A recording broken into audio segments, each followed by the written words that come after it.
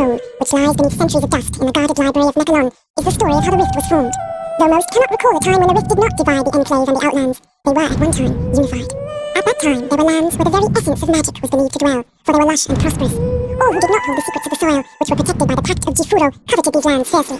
The great demon, Vatar, was among these envious creatures, for he believed that with the magic of these lands in his grasp, he would surely become invincible.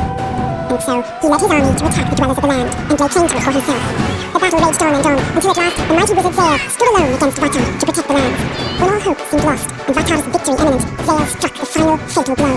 With a roar of anger and anguish, the wizard slammed his staff into the ground. The world trembled and then parted beneath Vatar's feet. A scream of outrage erupted from the demon's throat as he fell to his defeat. However, victory did not come without a price. The chasm that grew from this powerful blast of magic was too vast to be traversed, and the people were separated as much as the lands.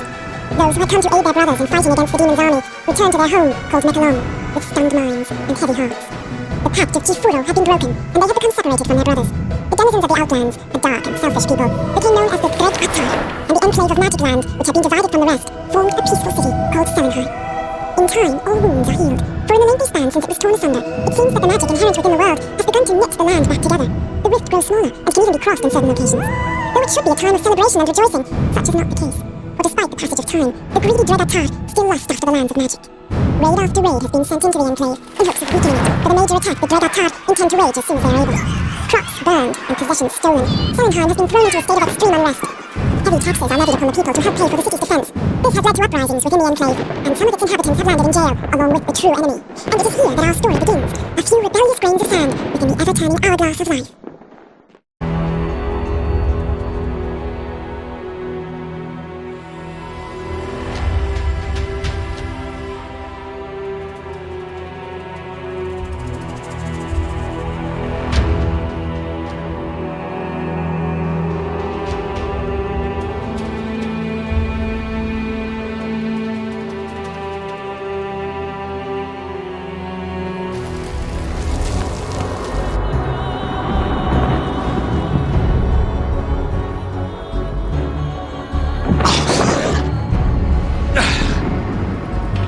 So, they imprison their own too, I see. The sound you are hearing is the sound of your death. The rolling thunder of my fellow Outlanders. The sound of the Dreadatar slaughtering your kind and scaling the walls of this puny fortress. They are coming to set me free. And if they don't get to you first, I will personally rip you apart.